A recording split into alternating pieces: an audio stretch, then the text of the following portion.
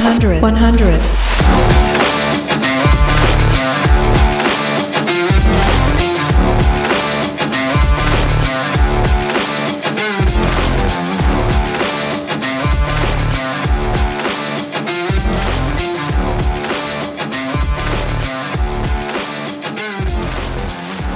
Greetings, groaners. Welcome along to our 100th episode. 100 episodes. We finally got there. Now a special to celebrate. This episode will have the flavouring of 100 in it, and we have 4 games on the go, as well as other sections as well. Celebrate 100 years of the world too, alongside our 100th episode. Be aware though, not everything will have 100 in it. But now, before the words 100 and episode lose their meaning, let's kick into maximum groan gear. This has been a joint effort between me, Mystery Groaner, hi, it's me, and Admin Nicole, who sends her thanks to all you groaners out there, as do I. Now we move on to my groans for the 100th time. Here we go. People who big themselves up. You see this all the time, especially on Hell's Kitchen. They waffle on about how good they are, yet it comes to crunch time and they cannot even cook rice or an omelette. Something your basic GCSE high school cooking student could do. I don't even know if they still do cooking in school, because some people cannot even boil an egg. People who throw other people under the bus. So you've messed up and it's all your fault. So instead of owning up, you look to other people for other reasons to blame them. Own your mistake. Whose fault was it? The ghost in the wind? Horse poo on roads, paths, etc. So some people pick up their dog's mess and others don't. I get it. I get that much. But why are horses allowed to crap wherever they want? Down back bridleways, or country lanes, or streets. People walk or ride bikes there, as well as little kids who play in them. Just shovel the horse poo to one side or something. It's time horse riders took ownership of the mess they leave behind. I've been dying to get the load off my chest since episode 1. Wow, that was a 99er ago. The groan zone just chewed them all up with great relish, but it wants more. Yes, it wants to chow down on the audience groan, which will come later. Our first game has been with us since this podcast began. Once again, for the 100th time, it's time to play Yes or BS. Round 1. I know the groaners who are listening live, they're ready. You at home, groaner, you're obviously ready because you're listening to this. Round 1. The Olympicalistic round. Option A. 2024 is 100 years from the Winter Olympics. B. The Winter Olympics originally started in France. Or option C. The Summer Olympics started in Rome. Go Groaners Live, give me your answers. You play along at home, you press pause groaner, then you answer and you unpause. We got A's flying in across the board there, A's all day. Do you know something I don't, groaners? Okay. Any more? Couple of B's, a couple of C's. Okay. Round 2, the Pippity Poppity round. Option A. The 6 pips were originally known as the Greenwich time signal. Option B. The 6 pips sounded for the first time on 5th of February 1924. Or option C. The pips were the idea of James Dyson. Go groaners again. Press pause, answer unpause. Live, answer now. A's flying in yet again. We're going very A heavy this podcast. More A's, more A's, more A's, more A's. And a couple of C's. Okay. Moving on. Any more? You got a couple of seconds, groaners. Oh, a B right on the end there. Okay. We're getting spreads as well. We're going very answer heavy, then we're getting spreads. This is one hell of an episode so far. Round 3. The Trio of Leo round. Option A. The Lion of the Cinema was born in 1924. Option B. The lion was originally the emblem of Goldwyn Pictures. Or option C. The lion was a well-known figure before MGM. And to give you a hint, Groaners, we're talking about a very specific lion. Oh, they're throwing their answers in immediately. I guess they're ready. Groaners are at home, press pause, answer unpause. A's and B's have flown in for this one. We got a split. Are we going to keep it a split? People are typing. More B's, more A's. Yep, we have a split for the end round of Yes or BS 100. The answers for Yes or BS will come again later, Groaners, but now not for the 100th time, but has been over a year's anniversary for Creepy Corner and Admin Nicole. Yep, take a bow, Admin Nicole. You can take a bow. Congratulations, and on with the story. Your story is the end of an era. The stuck pages had in fact revealed that all the warnings and cautions were due to a rather peculiar side effect. Not only was turning an animal into a human a one-way path, but also gave them the ability to change their age and body at will. Their minds wouldn't be reset from becoming human either. This could be dangerous for anyone except Bartholomew Badgerton. Their new lives were peaceful and uneventful for a while, but they knew things had to change. So that's what prompted them to take up a new identity. Now they would become Dr. Barnabas Quack and Lionel Malt. The two were thick as thieves, even for the next few hundred years, just happily moving around watching the world go by. It was almost as if they had forgotten the plan, but they were just waiting. They had an eternity now after all, just a boy and his father waiting for a plan to put them in control. The two of them would do anything for the other, and in its own way, it made them both very dangerous. Their research, however, led them away to make more progress. A way to force the realms to become visible on Earth. A way to force everything into the same place. A plan and a revenge all in one. Dr. Quack had become a famous name in both science and psychiatry. And when he advertised needing a family for an experiment, he didn't have to wait long for someone to take the bait. He needed someone to keep Lionel safe while they took care of a major breakthrough in their plans.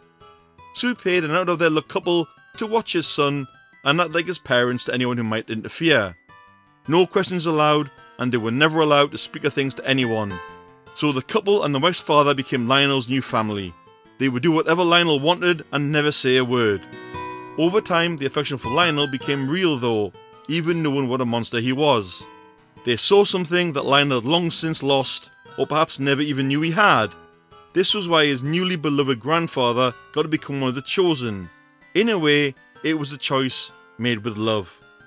The Great War, the plan to anger and destroy one of the primal spirits that control the cosmic laws.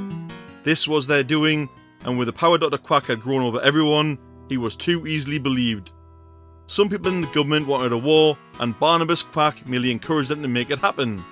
The Great War waged on, and while the government fought, Dr. Quack was out conducting even more experiments. This, however, was Lionel's doing. He wanted to see what his father could truly do. To create beings that would survive the worst of the worst, and still be able to put an end to the realms. To put them on top. The only problem was that now Lionel was human.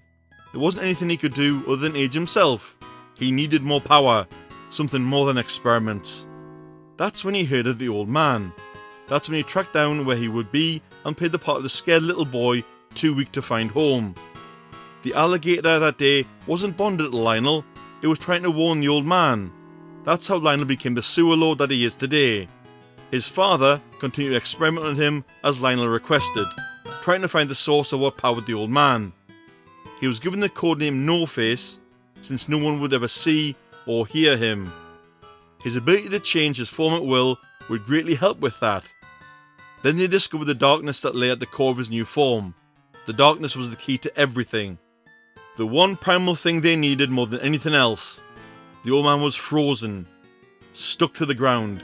He couldn't bear to hear all of that, to think he was used the entire time and their greatest enemy was someone dear to them. Valencia tried to use her new powers to end things once and for all, but one pull of a switch from Dr. Quack stopped all that. The ceiling opened up to reveal an artificial sun. Somehow they knew Valencia wouldn't be able to use her powers. It would go against the cosmic laws. The darkness cannot interfere with matters of the light. An artificial sun is still a sun, and still holds the power of day. Viola was desperately trying to wake the old man, but he was gone. It was like an empty shell collapsed on the ground. Coco was scared. She had to protect her child, but dread belonged to the night, and just like Valencia, he couldn't do a thing. He wouldn't take any risk of a war with dreams again. Not after his mother. He never wanted to see them again. I won't hurt you, don't worry. You're the one thing we need after all. Everything else is mere collateral. You'll be a perfect new mother for me. If we have you, then we can reset the world. If only we learned centuries ago that the darkness had the key we needed, Lionel said. Valencia looked at him with disgust and rage, determined to protect all that she could. She couldn't afford to lose anyone else, but the old man was gone. Even she knew he would never recover from such a betrayal. As they were all focused on Lionel, they didn't realise Dr. Quack sneaked up from behind and stabbed the old man in the heart. It shouldn't have been a big deal, given that he can't die without a soul, yet in that moment, Viola used the last of the burning teeth she had from the asylum to send Dr. Quack flying towards his machines. Valencia looked at Viola, and they both looked at the old man and nodded. They knew what had to be done. It was time for the old man to be free. No more pain, no more suffering. He was so defeated from the betrayal, he didn't even react to getting stabbed. Valencia couldn't use her powers against anyone while the sun was active, but she could return the old man's soul, even knowing what it would mean. In that instant, as he breathed his last breath, he asked her why. You've done enough now. You've lived long enough. You've suffered and hurt for all of us long enough. Maybe even too long. Your family is waiting for you. Your wife and son. You promised them, remember? Now go. No one deserves this more than you. We'll be just fine. I hope your next life is more peaceful and happier. We'll all miss you, but it's finally time you rest. Goodbye, Dad.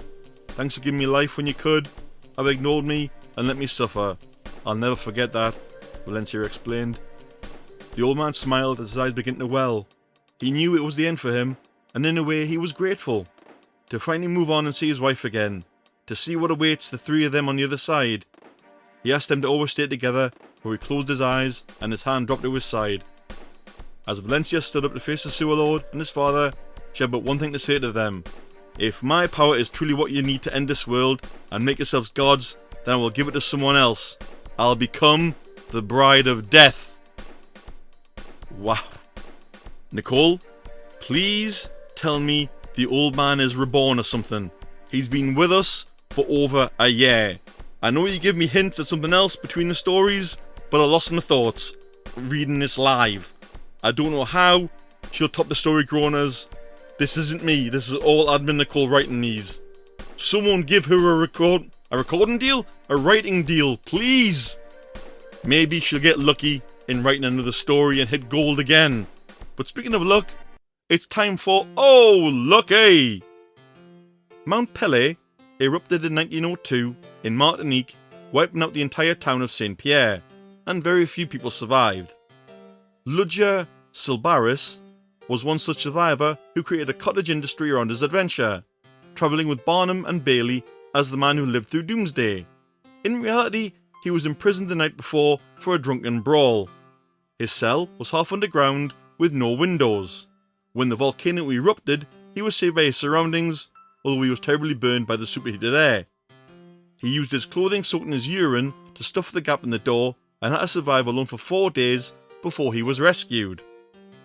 Now, I'm not sure if using your own pee for something is lucky, but needs do as needs must, I suppose. Jogging along now, we shift over to the 5-point countdown. You all know this one, Groaners, starting at 5 points all the way down to clue number 1. So, where you have your answer, if you got it right, then change to a wrong answer. You have to then guess again with the right answer further down to get points. Here we go. Clue 5 for 5 points. I am a delicacy in China. Clue 5 for 5 points. I am a delicacy in China. Groaners live, give me those answers. You're playing at home, pause, have a think, unpause. What do you have, Groaners live? Ooh, they're thinking. They're thinking. And they've stopped thinking. No one's typing. I'm going to have to move on to clue number 4 in a minute, Groaners. Well, less than a minute, really. I have stumped them. On the 100th episode, I've stumped the audience. Well, maybe not you at home, Groaner. Maybe not you, but the ones live, I have. Moving on. Clue 4 for 4 points. Oh, someone's typing. I'll give you a second, Groaner, before I move on to clue number 4. Tarantula. Good guess. Might be a foreign delicacy. I don't know. I think they eat them in the Amazon, but that's on way the other side of the world compared to China. Moving on. Clue number 4 for 4 points. I have an ammonia sent to me. Clue 4 for 4 points. I have an ammonia sent to me. You're playing at home, Groaner. You know what to do. Pause, answer, unpause. Wow. I really have stumped them this week. I really, truly have. Okay.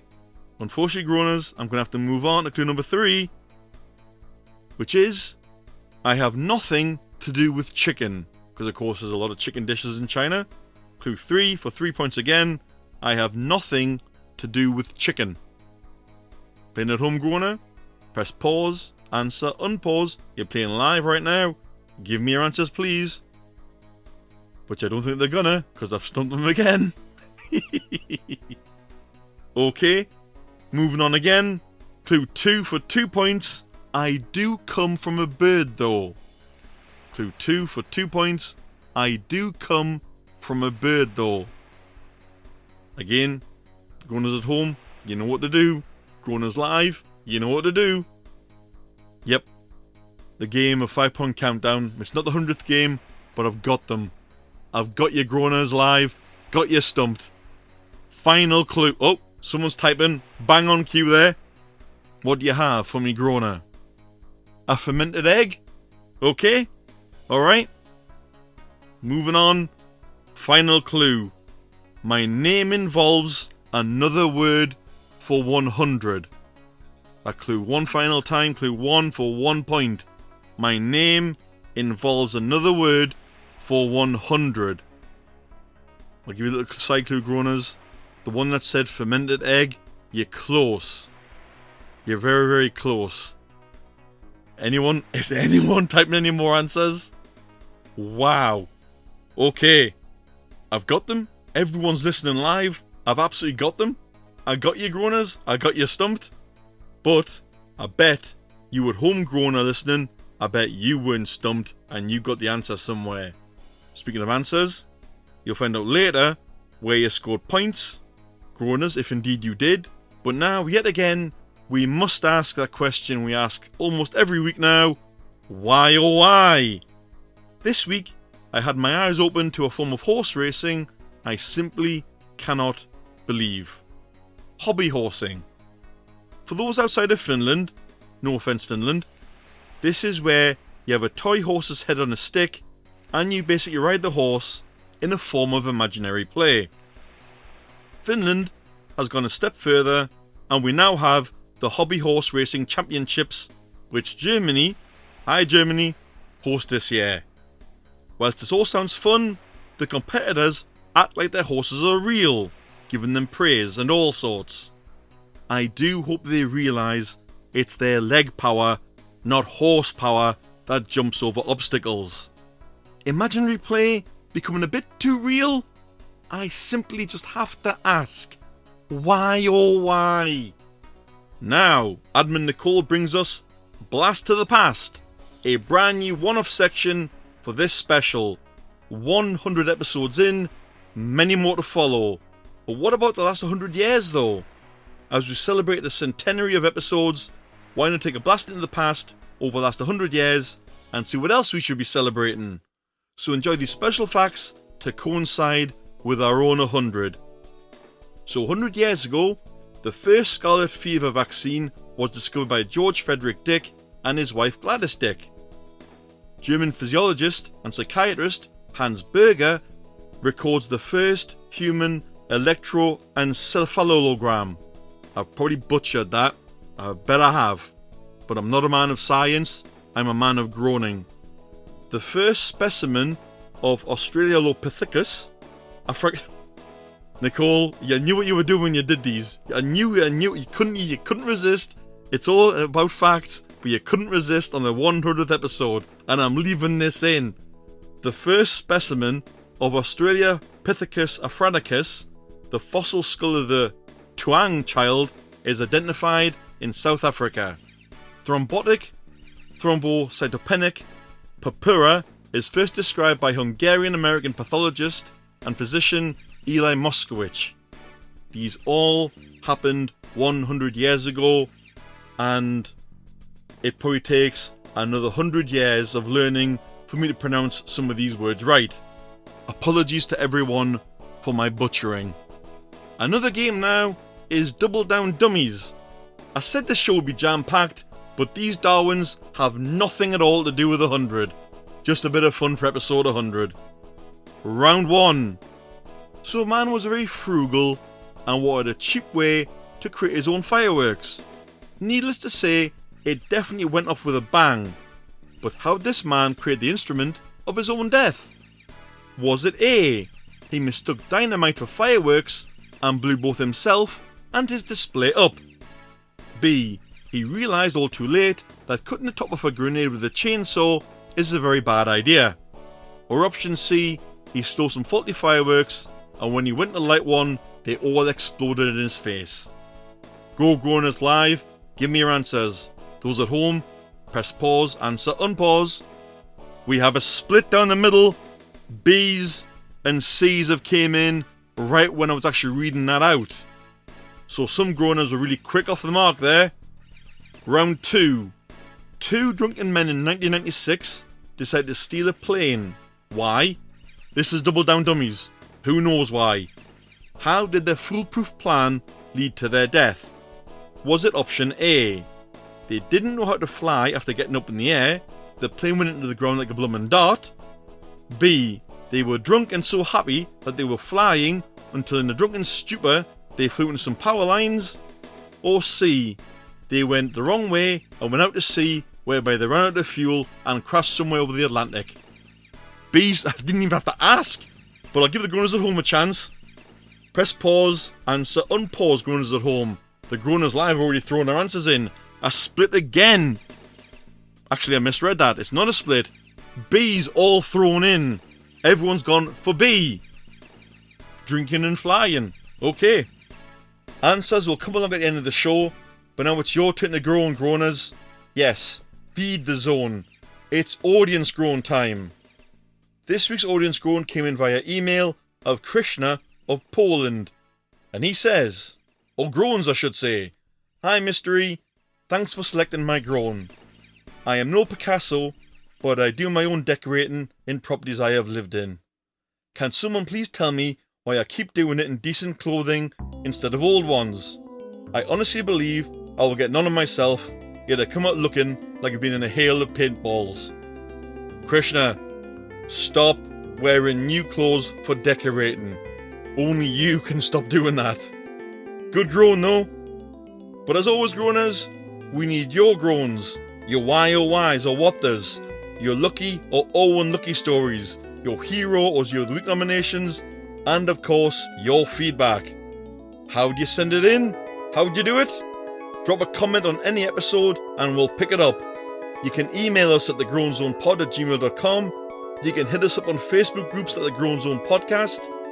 Drop either of us a message on Facebook Messenger, Mystery Groaner or Nicole Amos. Join us live on Discord at the Groan Zone, where we record at 8:30 PM Greenwich Mean Time. Or lastly, if you know either of us in person, have a word in our shells verbally. Moving us along to the final game for our special is Gimme the Question. The Groaners live, they're ready. And again, you're still listening, Groaner at home, so you're obviously ready as well. Round 1. Your answer is TV. Your questions are A. Which household item has now hit 100 years old? B. What item has yet to hit a centenary? Or C. What item has yet to evolve? Go Groaners live, throw up your answers. Pin at home, press pause, answer unpause. Everyone has gone for C. No hesitation. C's across the board, and I'm going to chop off the answers there. C's accepted. Round 2. Your answer is World War One. Your questions are A. What event has its centenary this year? B. What puts an end to an event? Or C. What led to World War II? Again, groaners at home, press pause, answer, unpause. You're playing live. Give me those answers now, please. Oh, I think we have a split coming in. Have we? No, we have a spread. B's, C's and A's. Okay. Lots of mixed answers this podcast. Round 3. Your answer is Woodrow Wilson. Your questions are A. Which person died 100 years ago? B. Whose birthday was a century ago? Or C. Who became president 100 years ago? Same again, groaners. Playing live, give me your answers. At home, pause, answer, unpause. Oh, A's are flying in right on cue. A's across the board. Was that a guess, groaners? Okay. Yep. That's all the answers in for that. And I'm cutting them off there. Answers coming soon, groaners, after our 100th hero of the week. And this week's hero happened nearly 100 years ago. Sir Alexander Fleming discovered penicillin after a careless mistake. He was a Scottish bacteriologist who treated syphilis and studied influenza. After returning from a 2-week vacation in 1928, he found that several of his petri dishes that contained Staphylococcus aureus, a mould known as Penicillium notatum. Under a microscope, he was astounded to discover the mould prevented the growth of the Staphylococcus cultures. He replicated his findings a few weeks later, and by the 20th century, penicillin will be used in treating a variety of infections. Fleming said about his findings, "One sometimes finds what one is not looking for. When I woke up just after dawn on September 28, 1928, I certainly didn't plan to revolutionize all medicine by discovering the world's first antibiotic, or bacteria killer, but I guess that's exactly what I did." And the world of medicine owes him a great thanks. Nearly 100 years for that. Wow. And now, let's see which groany heroes out there got points out there with the game answers. Yes or BS. Round 1. If you went... Some groaners just joined right as I give the answers out. Sorry, groaner, but I might spoil the podcast for you. Sorry. Round 1 for yes or BS. If you went for any of the options aside from A, 2024 is 100 years from the Winter Olympics, you have no points. Round 2. If you went for any other options apart from A, the 6 pips were originally known as the Greenwich Mean Time Signal, congratulations, you've had your yes or BS points blanked. And round 3, if you once again went for any other options aside from A, the Lion of the Cinema was born in 1924, ouch, you've been blanked for the entire yes or BS game. Give me the question. Round 1. Your correct question was, which household item has now hit 100 years old? Round 2. Your correct question was, what event has a centenary this year? And round 3. Your correct question was, which person died a century ago? Moving on. Double Down Dummies. Round 1. Your correct outcome was B. He realised all too late that cutting the top off a grenade with a chainsaw is a very bad idea. Why, man? Why? Using a chainsaw to turn a grenade into a firework clearly does not work. Round 2. Your correct outcome was B. They were drunk and so happy that they were flying until in the drunken stupor they flew into some power lines. Drinking and driving is one thing, but drinking and flying, howeh. The 5-point countdown, your answer was a century egg. I'm sorry, groaner, who typed in fermented egg. I would love to take that answer, but I was looking for century egg.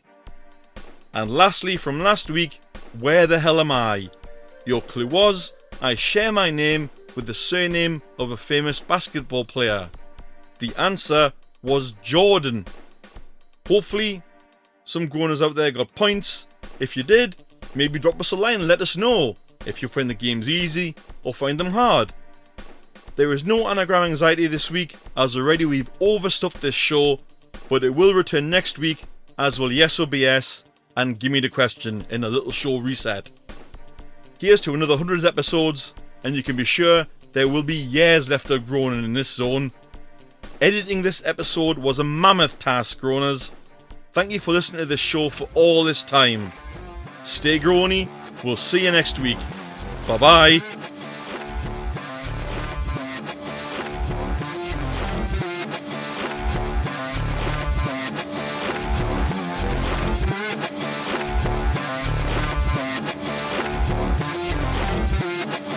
He wouldn't take a risk of any wall things.